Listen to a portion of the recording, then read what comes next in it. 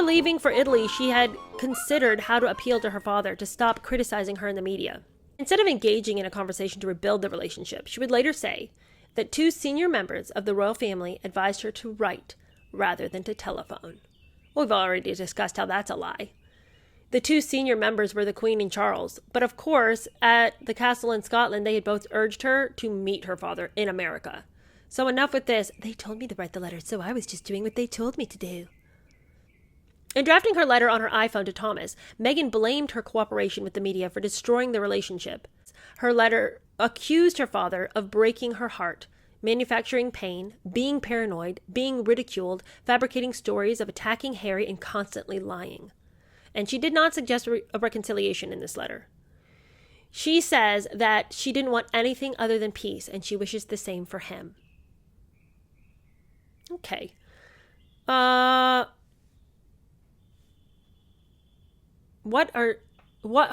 is this going to help? Writing somebody a letter so you don't have to face them is so cowardly.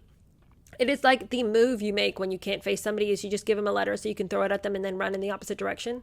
Now, initially, she publicly insisted that she was the only one who drafted that letter, that she was the only eyes that clapped down on that letter, and that nobody had given her any aid or assistance. But then later she admitted that her signed declaration was incomplete. And in fact, she had asked Jason Kanoff to comment on her drafts. And she explained in this little bit of manipulation that she'd asked Kanoff because she wanted to follow protocol. This is the first time in her entire life she's wanted to follow protocol. Then she changed her reason. Of course she did. She had relied on Kanoff, she admitted, to provide feedback and general ideas. Oh, so now she's blaming him for anything that was in the letter. Well, Meghan, it's your letter to your dad, so why does Kanoff need to weigh in on it? I mean, I can understand. I think her first reason was far more rational. I wanted to make sure that I was following protocol. I mean, I guess, if you're going to have any kind of reason. Some would later argue that by relying on Kanoff, she anticipated or intended that the letter would be made public. But of course, she would deny that interpretation. But how can you deny that interpretation if you have given us this statement that I wanted to make sure I was following protocol? If you're writing a letter to your dad, what protocol are you talking about? There's no protocol you have to follow in order to write a letter to your dad. So you absolutely expected it to go and be given somewhere or leaked somewhere. Regardless of whether you or he was doing it, you were anticipating an audience that was not your father. Meanwhile, Kanoff was in Tonga preparing for the Sussex's official trip to Australia. Despite suffering from profound jet lag, he replied encouragingly upon getting the draft. And you guys, listen to this. The draft letter is very strong, enough emotion to be authentic, but all is resigned sadness rather than anger. Also, it is factually focused on the way that does not read like legal filing, and that's not easy to do. What is all these compliments that he's giving Meghan? Also, there's a few tweaks in the order of events that you've set them out that could be a bit stronger. I think it's slightly even worse than you remember. Believe me, it's not worse than Meghan remembers. Before telephoning her, he wanted to discuss the letter with Samantha Cohen, Kanoff's superior. And in a telling directive, Meghan replied that she would prefer it if Cohen were not involved. Their detailed conversation about the letter adopted Meghan's version of events. This is very telling that she could control Jason like this, because Jason should have informed his superior that this was going on, and Samantha should have read the letter, and Samantha should have signed off on this. But Samantha Cohen's is being shoved out because Meghan can't control Samantha. And Samantha's had her number this whole time. But for whatever reason, she feels like she can control Jason. I mean, Jason is being flattering to her in a way he doesn't need to. And you just wait till another statement where I'm like, Jason, get it together. Meghan's not all that.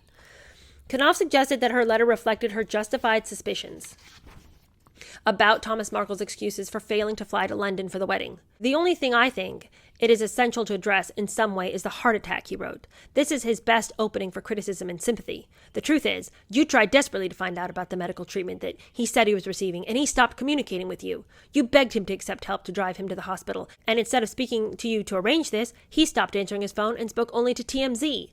So here's Kanoff over here regurgitating all the things that Meghan has said and encouraging her in her indignation about her father. But you and I can see that these things Why was he buying this? You tried desperately to find out about medical treatment? No. All she said is, what hospital are you at? When that was a question she could have answered. She could have gotten any number of people to help her figure out where her dad was if there was a real concern. She didn't try, but she wants Jason. She's told Jason some kind of version of events where he thinks she was over here moving heaven and earth to assist her dad. And what is this business about, you try to get him a ride to the hospital? Son, he was already at the hospital, and if you'd ever bothered to talk to him, you would have known that. But instead, you only know Meghan's version of events, and now you're wading in very dangerous waters with her, helping her to draft a letter that both of you seem to perceive will be leaked at some point. Why are you not trying to get the other guy's side of the story before you help Meghan write a letter that could potentially be seen by the world? This is super dangerous. Why is Jason doing this? Grateful for Knopf's help, Meghan sent back her redrafted letter for his approval on August 22nd, with a pertinent comment that her letter was carefully written so that it does not open the door for a conversation with my father. Her letter, she admitted, had been deliberately written not to put him in a good light. She wants the world to see this letter, and we know that. But it's just for her to have even wasted one tiny breath on trying to convince us otherwise. Please, girl, save it for somebody who's dumber than us. The catalyst for doing this, she texted Knopf, is seeing how much pain he's caused H. Girl, get out of town with this trash. Please. You don't care about what pain Harry is experiencing. Her lies are so amateur. The unsophistication of her lies drives me crazy. Why in the world do you care about Harry? Nothing you've done thus far would show you care about him. She said she wanted to protect her husband from the constant berating, and while unlikely, perhaps would give her father a moment to pause. Obviously, everything I've drafted is with the understanding that it could be leaked, so I have been meticulous in my word choice, but please let me know if anything stands out to you as a liability. Then why would you send it? If you're worried about it being leaked, then why wouldn't you just go find your dad? They'll give you time off, okay? The royal family will let you have some time away from your royal duties to go solve the problem of your dad. With genuine sympathy, and this is what I'm saying to you guys, listen. With genuine sympathy, Knopf replied, "It's such a strong and clear letter, with just the right amount of emotion. I hope you're okay after writing it." No man says that unless he has an emotional connection to you.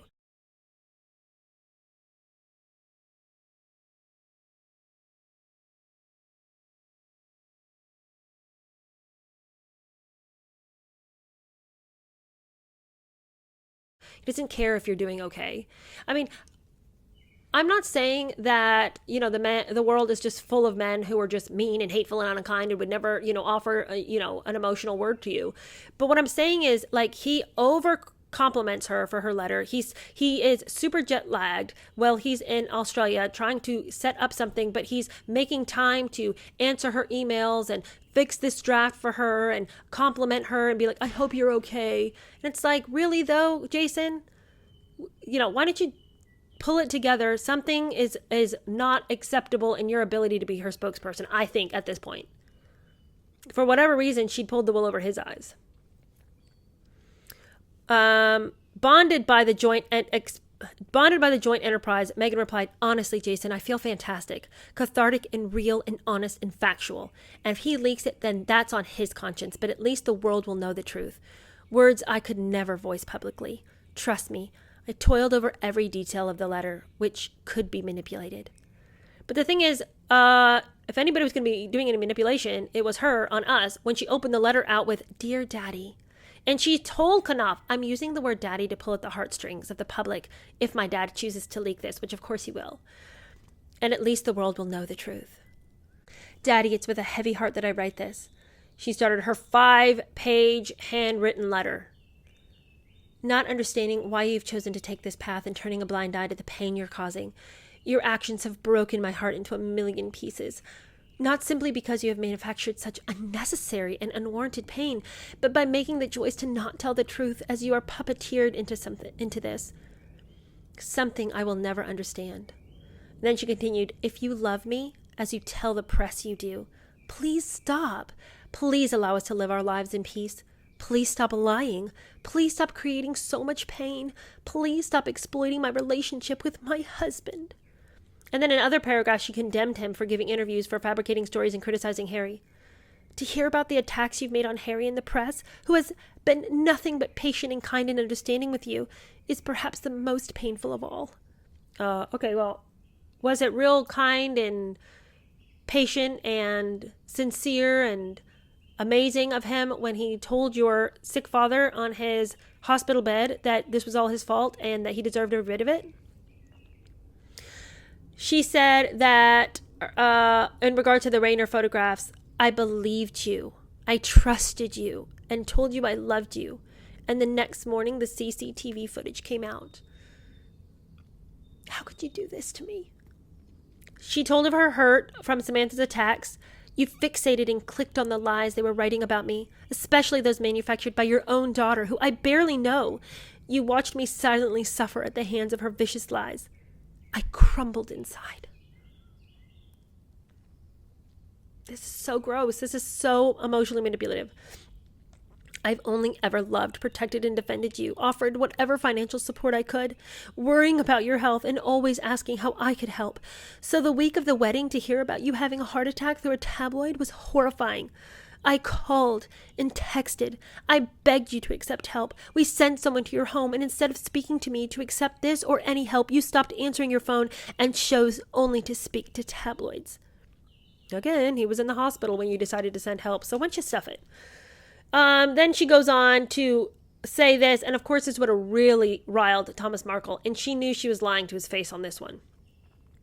You haven't reached out to me since the wedding, and well, you claim you have no way of contacting me. My phone number has remained the same. This you know. No texts, no missed calls, no outreach from you, just more global interviews that you're being paid to do and say harmful and hurtful things that are untrue. Can you imagine getting that letter as Thomas where she claims that you haven't tried to call and you're like, I've done nothing but call you? I mean, like that's all this other stuff. I think she could have played his emotion and made him feel really bad. But see, she always oversteps. Now she's blatantly lying to his face about something that he knows to be a falsehood. So all that other stuff, she probably could have gotten him into a real guilt complex about what he had done. But this is a total lie. So then that helps him to get over all the other emotionally manipulative things she's just said. Her conclusion was damning. For some reason, you choose to continue fabricating these stories, manufacturing this fictitious narrative and entrenching yourself deeper into this web that you've spun. And the only thing that helps me sleep at night is the faith and knowing that a lie can't live forever. Well, Meghan, we're all able to sleep at night because of that. A lie can't live forever. And this is your demise. You are now experiencing your own demise. To ensure the letter arrived, she forwarded it to Los Angeles business manager Andrew Mayer for delivery in Rosarito by FedEx. Thomas Markle had never received a similarly long handwritten letter from his daughter, and as he settled down to read it, he hoped it was an olive branch, something that would be a pathway to reconciliation. By the end, he was hurt by the absence of any love or inquiry about his health. And he says, I was so devastated I could not show it to anyone. Meghan was right in her summary to Knopf. Her letter did not open the door for a conversation. Her lawyers would call the letter a heartfelt plea to stop speaking to the press, but Thomas put the letter in a drawer and told no one except Doria about its existence.